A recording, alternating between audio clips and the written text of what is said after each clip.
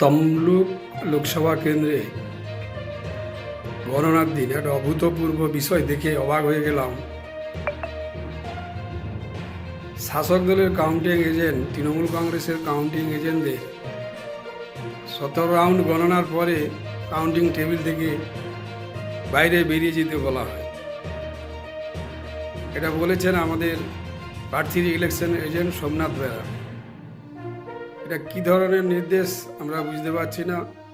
Counting হল থেকে বেরিয়ে আমাদের যারা দলের কর্মীরা কাউন্টিংয়ে ছিলেন তারা সবাই বেরিয়ে এসে বিস্ময় প্রকাশ করেছেন।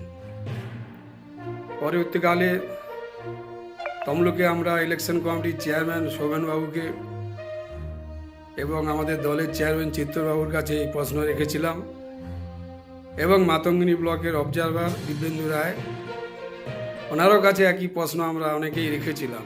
এর সঠিক জবাব ওনারা দিতে পারেননি। ওনারা বলছে এটা আমাদের জানা নেই, কিন্তু 17 রাউন্ড গণনার পরে বেরিয়ে যেতে বলার ফলে টোটাল 21 রাউন্ড গণনা হওয়ার কথা, সেখানে 4 রাউন্ড গণনা মানে বিশাল সঙ্গে একটা ভোটের গণনা বাকি ছিল।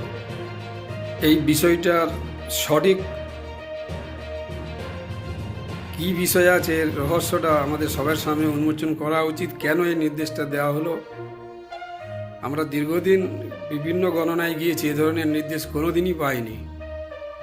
তাই আমাদের প্রার্থী, আমাদের দলের কাছে আবেদন, বিষয়টা তদন্ত করে প্রকৃত তথ্য দলের কর্মীদের সামনে উন্মোচন করা হোক।